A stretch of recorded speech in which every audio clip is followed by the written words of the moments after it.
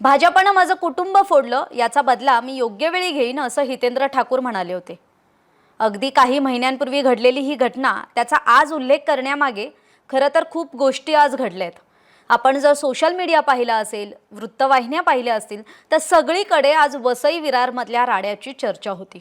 खरं तर तावडे आणि ठाकूर कुटुंबियांचे संबंध चांगले आहेत, पण या संबंधाला आज जे वितुष्टपण आलं, त्याला कुठेतरी गेल्या महिन्यात काही राजकीय घडामोडी घडल्या आणि त्या कारणीभूत असल्याची चर्चा राजकीय वर्तुळात आहे. आता ते प्रकरण नेमकं काय, त्यावर सुद्धा आपण चर्चा करणार आहोत. त्यासाठी हा व्हिडिओ शेवटपर्यंत नक्की पहा. वसई विरार मधलं विवांता हॉटेल, खरं तर इथे जी घडामोड घडली ती अगदी सगळ्यांच्या डोळ्यांच्या भुवया उंचावणारी होती. ती म्हणजे विनोद तावडे, जे भाजपचे राष्ट्रीय सरचिटणीस आहेत. केंद्रात त्यांचं भाजपचं एक महत्त्वाचं स्थान आहे. अमित शाह, नरेंद्र मोदी यांचे जवळचे अशी त्यांची एक ओळख तयार झाली आहे. आणि त्याच विनोद तावडेंना आज बहुजन विकास आघाडीच्या कार्यकर्त्यांनी घेरलं होतं आणि त्यावेळी त्यांच्यावर जो आरोप करण्यात आला होता तो अत्यंत गंभीर होता. ते म्हणजे ऐन निवडणुकीच्या काळात मतदानाच्या आदल्या दिवशी पैसे वाटपाचा आरोप. त्यामुळे हा आरोप जितका साधासुद्धा वाटतो तितका तो नक्कीच नाहीये. खरं तर हितेंद्र ठाकूर हे काही साधंसुद्धा व्यक्तिमत्व नाहीये. यांचा वसई विरार, नालासोपारा या भागात त्यांचं एकहाती वर्चस्व आहे. त्यांचा मुलगा जो आहे क्षितिज ठाकूर, हा नालासोपाऱ्यातून 3दा आमदार म्हणून निवडून आलाय. हितेंद्र ठाकूर यांची सुद्धा पार्श्वभूमी राजकीय आहे आणि त्यांचं स्वतःचं एक वलय आणि वर्चस्व आहे. पण याच हितेंद्र ठाकूरांना कुठेतरी शह देण्यासाठी भाजपचे जे उमेदवार आहेत राजन नाईक यांनी विनोद तावडेंना तिथे बोलावलं होतं अशी चर्चा आहे. आणि मग तिथे ते ज्या हॉटेलमध्ये थांबले होते त्या हॉटेलमध्ये, खरं तर जे विवांता हॉटेल होतं त्या हॉटेलमध्ये बहुजन विकास आघाडीच्या कार्यकर्त्यांनी ज्यावेळी तिकडे ते पोहोचले त्यावेळी त्यांना विनोद तावडेंच्या हाती काही डायरी लागल्या आणि काही पैसे लागले असा त्यांचा आरोप आहे. त्यामध्ये 5 कोटींची रक्कम असल्याचा आरोप करण्यात आलाय. खरं तर आधी हा आकडा 15 कोटी म्हटला जात होता, पण कुठेतरी नंतर तो बहुजन विकास आघाडीचे नेते क्षितिज ठाकूर असतील, हितेंद्र ठाकूर असतील यांनी कोट्यावधी आणि 5 कोटींची रोकड वाटण्यात आली असा आरोप केला. आणि मग या सगळ्या प्रकरणाला वेगळं वळण लागलं. खरं तर सकाळी एका 10 मिनिटाच्या बैठकीसाठी गेलेले विनोद तावडे हे पुढे दिवसभर तिथेच अडकून पडले, कारण बहुजन विकास आघाडीच्या नेत्यांनी, कार्यकर्त्यांनी त्यांना तिथून बाहेरच पडू दिलं नाही. त्यामुळे हे सगळं प्रकरण किती तापलं, त्यातला संघर्ष जो भाजप आणि हितेंद्र ठाकूर यांच्या बहुजन विकास आघाडीतला जो सुप्त संघर्ष होता, खरं तर त्याचा आक्रमकपणा आपल्याला आज पाहायला मिळाला.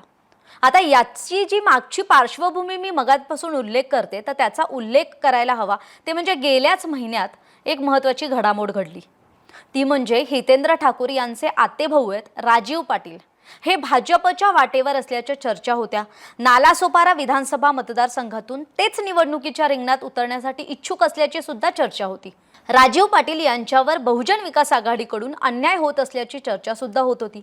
त्यामुळे वसई विरार, नालासोपारा या भागात जिथे हितेंद्र ठाकूर यांचं एकहाती वर्चस्व आहे, तिथे कुठेतरी भाजपनं त्या एकहाती वर्चस्वाला सुरुंग लावल्याचं बोललं जात होतं. आणि मग तिथे एक प्रकारे भाजपकडून हितेंद्र ठाकूर यांची बदनामी झाल्याची सुद्धा चर्चा झाली. खरं तर हितेंद्र ठाकूर यांच्याबाबत सांगायचं झालं तर 2014 पासून, जेव्हापासून भाजप केंद्रात सत्तेत आलंय आणि महाराष्ट्रातही मधला ठाकरेंचा काळ वगळता जेव्हा भाजप सत्तेत होतं, मग ते फडणवीसांच्या मुख्यमंत्रीपदाच्या कार्यकाळात असो वा शिंदेंच्या, तेव्हा कायम हितेंद्र ठाकूर यांनी स्वतः आणि त्यांच्या पक्षानं कायम भाजपला पाठिंबा दिलाय. पण गेल्या महिन्यात जेव्हा त्यांच्या घरातलीच व्यक्ती म्हणजे आतेभाऊ राजीव पाटील यांना जेव्हा भाजपनं गळाला लावलं, तेव्हा मात्र हितेंद्र ठाकूर यांची सटकली. आणि त्यावेळी संतापलेल्या हितेंद्र ठाकूर यांनी काय म्हटलं होतं, भाजपनं माझं कुटुंब फोडलं, याचा बदला मी योग्य वेळी घेईन, असं हितेंद्र ठाकूर म्हणाले होते. कारण विनोद तावडे अचानक चर्चेत आले आणि त्यातही ते दिवसभर हे प्रकरण गाजलं. त्यामुळे सगळ्यांचं लक्ष, सगळ्या वृत्तवाहिन्या असतील, माध्यमं असतील, सगळीकडे आपल्याला वसई विरारमधला राडाच पाहायला मिळाला. आणि यात आणखी एक महत्त्वाचा अँगल म्हणजे हितेंद्र ठाकूर यांनी आज असा दावा केला की विनोद तावडे म्हणजे भाजप सारख्या राष्ट्रीय पक्षाचा राष्ट्रीय सरचिटणीस हा आपल्या मतदारसंघात येतोय. हे खरं तर त्यांना आधी पटत नव्हतं, पण त्यांना ही माहिती भाजपतल्याच एका वरिष्ठ नेत्यानं दिली होती आणि त्यानं हे सुद्धा त्यांना सांगितलं होतं की विनोद तावडे हे पैसे घेऊन येत आहेत आणि ते तुमच्या मतदारसंघात पैसे वाटप करू शकतात. त्यामुळे ही टिप मिळाल्यानंतर खरं तर ठाकूर आणि त्यांचे समर्थक हे थोडे अलर्ट मोडवर आले आणि ज्यावेळी त्यांनी त्या हॉटेलमध्ये धाव घेतली त्यावेळी खरं तर त्यांना हे संपूर्ण चित्र पाहायला मिळालं. आणि आज ज्यावेळेस ठाकूर आणि तावडे यांनी एकत्रित पत्रकार परिषद घेतली त्यावेळी ठाकूरांनी ही मिश्किल टिप्पणी सुद्धा केली की उद्या जाऊन असंही म्हटलं जाईल की आज जी रोख रक्कम किंवा जी कॅश सापडली आहे या हॉटेलमध्ये ती हितेंद्र ठाकूरची आहे, पण ते तसं नाही आहे. आणि त्यामुळे हे संपूर्ण प्रकरण आहे हे तापलं गेलं आणि या संपूर्ण प्रकरणात खरं तर पत्रकार परिषद थांबवण्यात अगदी निवडणूक आयोगाला मध्यस्थी करावी लागली, कारण आचारसंहितेचा भंग केल्याप्रकरणी आता दोन्ही पार्टींवर म्हणजे हितेंद्र ठाकूर, क्षितिज ठाकूर असतील आणि इकडे विनोद तावडे आणि भाजपचे उमेदवार राजन नाईक असतील यांच्यावर गुन्हा दाखल झालेला आहे.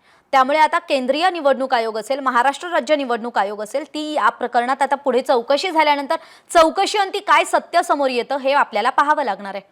पण या संपूर्ण प्रकरणात ज्यांच्यावर आरोप ठेवण्यात आला पैसे वाटपाचा तो आरोप मात्र विनोद तावडेंनी फेटाळून लावलाय.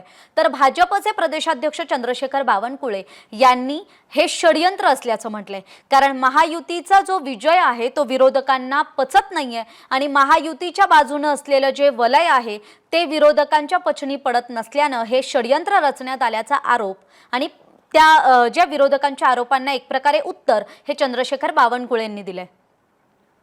त्यामुळे आता या संपूर्ण प्रकरणावर आपल्याला काय वाटतंय, आपली मतं कमेंट करून जरूर कळवा. सकाळच्या YouTube चॅनलवर, फेसबुकवर आपण आपली मतं जरूर नोंदवा.